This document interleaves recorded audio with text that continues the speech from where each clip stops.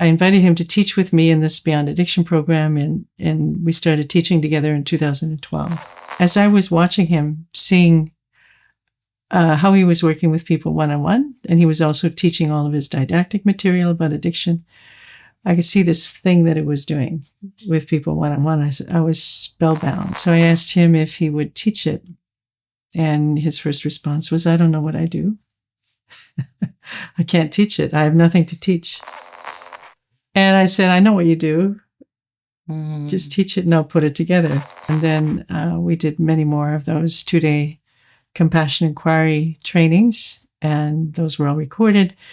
And from all of that, I structured his approach in a way that people could learn it. And now we've trained about 4,000 people. 9, 8, 7, 6, 5, 4, 3, 2, 1, 0.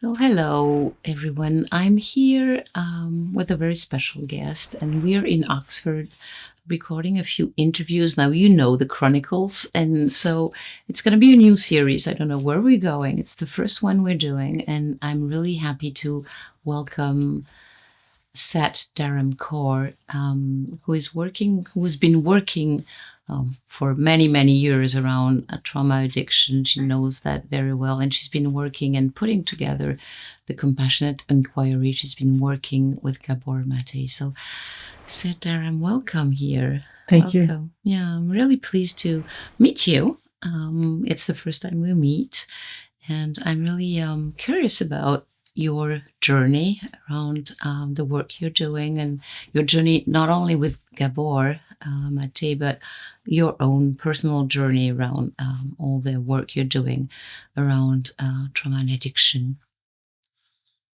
So can you tell a little bit more about who you are and what you're doing and what you're passionate about? Mm-hmm. I'm passionate about helping people, and I grew up with a mother who had an alcohol addiction. And as many people know who have parents who have addictions, it's a real emotional challenge and struggle. And so I had this desire, to help. My mother was never really able to. She died of her alcohol addiction. But then years later, I was invited to, I've been a practitioner of Kundalini yoga for many, many years. And I'm also a naturopathic doctor. So since 1989, I've been a naturopathic doctor. Since 1976, I've been practicing Kundalini yoga. And I met Gabor Maté in 2012 when we started teaching together. So it's a little bit about me, but the passion is really around helping people clear trauma, helping people come to a place of wholeness, helping people come to a place of integration of body, mind, spirit. They're not separate. And I love creating curriculums, and I love working with groups, and I love seeing people connect and heal together in group settings over time. So I think it's important that we create communities of people that are doing something in common that relates to healing addiction, and that those communities can become kind of replacements for the family dynamic that didn't go so well, and then everyone benefits. So that's primarily what I would say, if I had to sum it all up, is I work with individuals in groups, but one of my talents is to create a group situation or a group setting where people can be vulnerable, where people can feel safe, where people can share their emotions, where people can connect to their spirituality, to their emotional realities, to their pain, to their joy, and to one another, and to their spirit. And then to build those connections over times. So in the Compassion Inquiry program, even though the training is a year long for professionals, many, many people stay connected with their groups for much longer than that. And I think that's what's really important, is we create kind of a new society almost of people that are supporting one another in a very deep, meaningful ways. That is something that Gabor taught us, is that addiction is a problem of connection. It's like, what can you say about that to people who are struggling with addiction, or who have a relative that is struggling with addiction, which is often the case. It's really a problem in a family, and people judge it. So how can we get out of this judgmental around addiction? One of the first things that we, well, first of all, maybe we could define addiction, right? So Gabor Yes. defines addiction as having these 4 components. One is a craving. So almost like an insatiable craving, something that you want over and over again. The other thing is that it provides some sort of relief for something. Usually it's emotional pain. And the third thing is that we can't stop it. And the fourth is it has negative consequences to us, or maybe to our families, or to society. So that's his definition of addiction. So one of the things we do, and I have a program called Beyond Addiction, which utilizes a lot of Gabor's work, plus naturopathic medicine, plus Kundalini yoga in a group setting.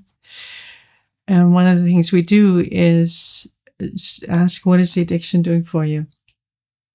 What is it relieving? What's the pain? What's the discomfort? What's the disconnection that it's relieving? And most people haven't even stopped to think about that quite a lot, So then once we figure that out, then we can go on to say, well, are there any other ways that you can get that need met without it harming you in some way? So that, not that we push that, but it's just an invitation of acknowledgement of, okay, there's something missing for you. Maybe we can find a way to meet that need or seek that relief differently. But ultimately, the disconnection in addiction is from oneself, from one's wholeness, from one's spirit, from the body, from the emotions. And so all of that needs to be accessed, really. So we access the body through the yoga practices in the Beyond Addiction program. We access the spirit through meditation. And then we access the emotions and help to clear the past by using Compassion Inquiry in the Beyond Addiction program. Yeah. You're mentioning compassionate inquiry. Maybe we can, you've worked with Gabor to put that together and help Gabor teach it and transmit it to everyone. How did you work with him and what is compassionate inquiry? So Compassion Inquiry is a psychotherapeutic approach that helps to heal people who have experienced trauma, whether they have physical symptoms, emotional symptoms, addictions, psychological diagnoses, doesn't matter. We all have trauma. So it's something that can be done as an approach for anybody. So when I invited him to teach with me in this Beyond Addiction program, and we started teaching together in 2012. And like you, we recorded those components when Gabor was present. And that was done over 4 weekends, and he was present every Saturday morning of those 4 weekends. And then I did that again in 2015, 2016 with Gabor. And as I was watching him, seeing how he was working with people one-on-one, and he was also teaching all of his didactic material about addiction, I could see this thing that it was doing with people one-on-one. I was spellbound and just mesmerized by it. And I wanted to learn how to do it myself. And I knew that I wanted my Beyond Addiction trainers to be able to do what he did. So I asked him if he would teach it. And his first response was, I don't know what I do. I can't teach it. I have nothing to teach. Incredible. Yeah. And I said, I know what you do. Mm. Just teach it and I'll put it together, And so we started with a 2-day workshop in Toronto with about 400 people. He didn't think anyone would come. And it was, it turned out really well. And then we did many more of those 2-day compassion inquiry trainings, and those were all recorded. And from all of that, I structured his approach in a way that people could learn it. So now how many people are trained in compassionate inquiry? Now I started training the facilitators in 2018. And then we started training professionals in January 2019. And now we've trained about 4,000 people. It's a year-long training, about 10 hours a week of dedication to really go through it. 4,000 people over about 85 countries since 2019. I didn't know. I thought it was like 20 years ago. And, Yeah. and what you're saying, it's quite, the work of Gabor is he's worked all his life with addiction and helping people, but like putting that together into the compassionate inquiry. I didn't know it was so recent. Wow, wonderful. Congratulations like for the work you've done. It's been such a blessing. Such an honor. Mm-hmm. Yeah. And we complement one another. So he's not a structure person. I can be a structure person. He's not so much a group person, but I can sort of hold a group together. So it's a lovely combination. Yeah. Mm-hmm. And can you talk a little bit more about your Beyond Addiction program? Because I'm really curious about it. How you structure it? How you, what is it about, really? So that definition of addiction can apply really to anyone, right? We all have some sort of a craving to something, whether it's cell phone use or food or buying, shopping, things like that. Even if we look at the culture, the Western culture, we're addicted to consumerism, So there's just so many things we fill these holes within ourselves, that hole of disconnection. We think we need something from the outside to satisfy that. So the Beyond Addiction program has 16 modules. Often we teach it over either a 9-day immersion followed by a 4-month follow-up where we just repeat the modules again to integrate them. Or sometimes I teach it 5 days and then maybe 2 months later, 4 days. So we go through all of these 16 modules. So the first module the theme is I'm a spiritual being experiencing a human life, And that is probably the most important piece, is like, who are you? Who am I? And to what's really valuable, it's the same work with psychedelics, is to give people an experience of something beyond the mind, beyond the body, beyond their pain, beyond who they think they are, a glimpse of something bigger, more whole. And that's how we start with the Beyond Addiction program. And we do that through Kundalini yoga, through meditation practices, breathing practices, physical exercises, and movement. And I know I have a familiarity with polyvagal theory, but here's how it fits with that in terms of we have to find safety within the body. Mm-hmm. And we know that ventral vagal system needs to be turned on for us to feel safe and connected to ourselves and one another. But 90% of that is from the body to the brain. Only 10 to 20% is from the brain to the body. So the most valuable way, the most powerful way to turn on the vagus nervous system and that parasympathetic response is by doing body-based practices or breathing practices or singing or chanting. And so with the Beyond Addiction program, we take people through their pain, through the trauma of childhood. We ask them to revisit their hurt, revisit their pain. We get there gently, but only after we first open them up to, well, who are you? And we create this experience so that when they visit the pain, they're not bereft of, well, they have another way of relating to themselves other than that pain. And but then after they go through some of these emotional pieces and the emotional releases, we can do the yoga to bring things back into balance, or a breathing exercise, or a meditation. So it's a beautiful, each of those modules has one breathing exercise, one yoga set, one meditation, plus psychological factors or pieces to it. And then there's a lot of one-on-one discussion, a lot of discussion in the group. So it's very much a socially engaged group that becomes this container for the healing to happen over about a 4-month period. And after that 4 months, many of the participants want to continue because they become so close-knit, so connected together. And they become used to sharing their authenticity, their emotions, their pain, their discomfort. They've started to speak what's true for them. Mm-hmm. And often there's nowhere else they can do that in their lives, you know?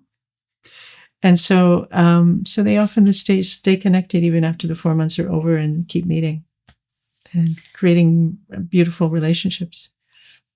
What you're saying, this power of the group, or this strength of the group, is so important. Yeah. Do you think we can heal from addiction individually, or the group brings us really further? And because when you're talking about being an addiction program, it's really a question of group and connection and feeling safe in a group. And then when you feel safe in a group, you can bring that safety maybe outside in the world. What sometimes those people coming to your trainings have nowhere else. That's what you said, to feel safe. What is that power of the group? Well, our wounding happened in our families, and usually often when we were very young children is when the trauma is most devastating. And so our attachment needs and our,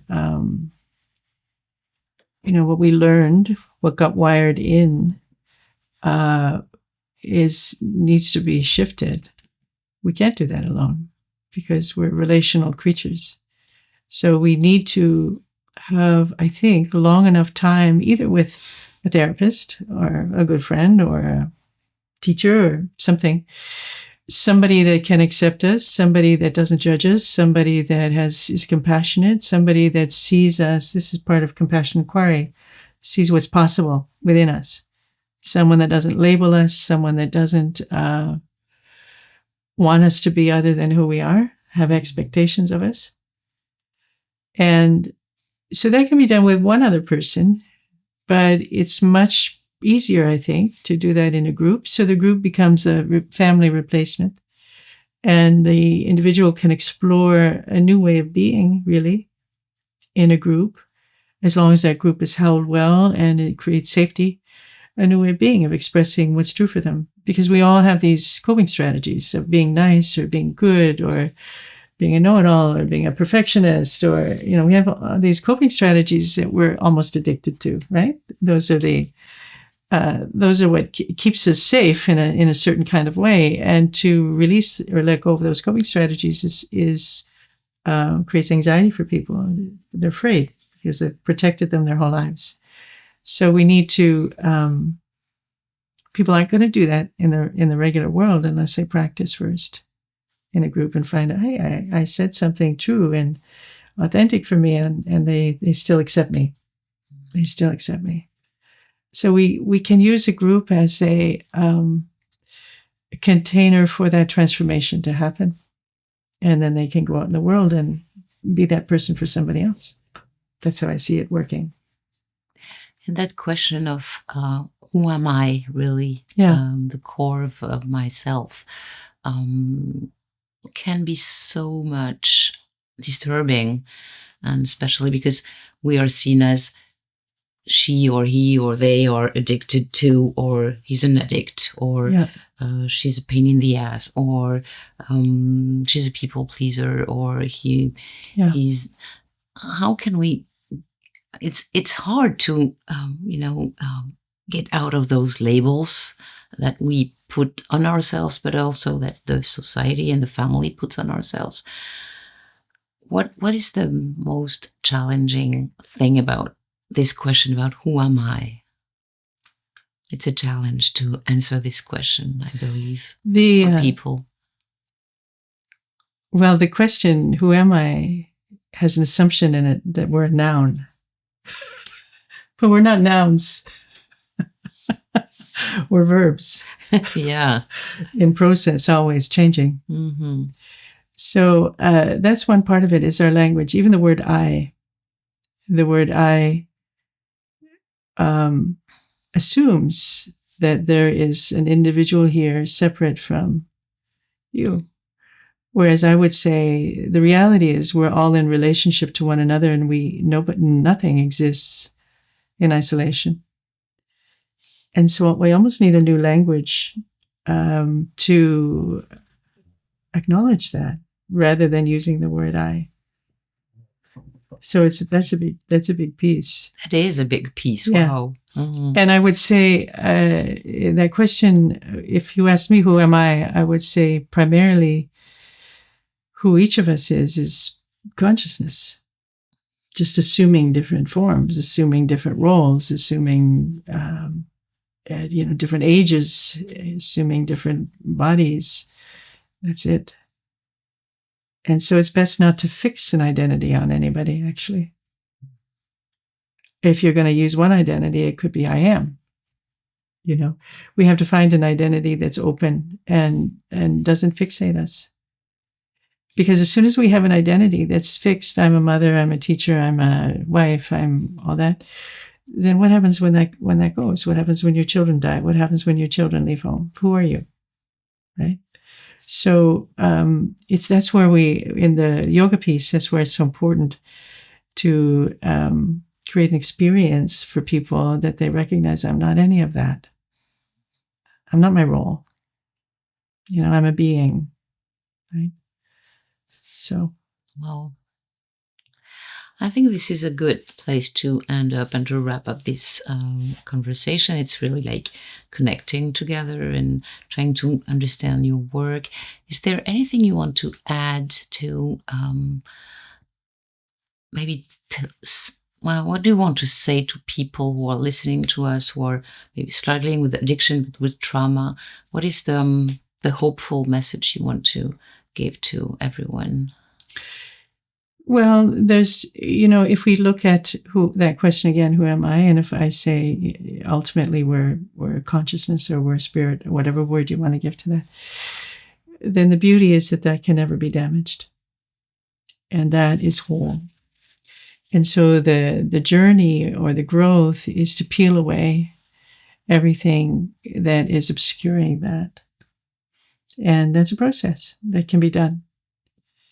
And it's a process of moving towards what's present, and working through it with somebody that can help us work through it, and then clearing that so that this new identity or this new way of being emerges.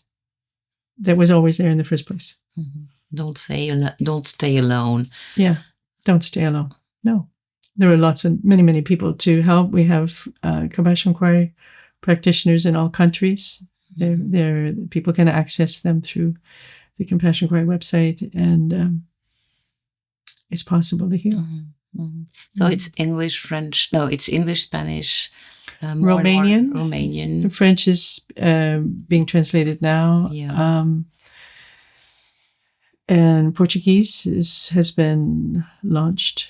Yeah, English, Spanish, Romanian are active. The ones that we're translating now is Portuguese, French, Hungarian, and we've just started German. Great. And your Beyond Addiction program also? Mm-hmm. Yes, my Beyond Addiction program has been translated into French, and we have teachers in France. It's been translated into Spanish, Hungarian, Turkish, Icelandic, Italian. Yeah. Thank you very much, Sat Dharam, for sharing this journey with us and talking about not who we are, but how we are in the world. Thank you so much. It's been an honor to Yeah. connect with you, Florence. Thank you. Yeah.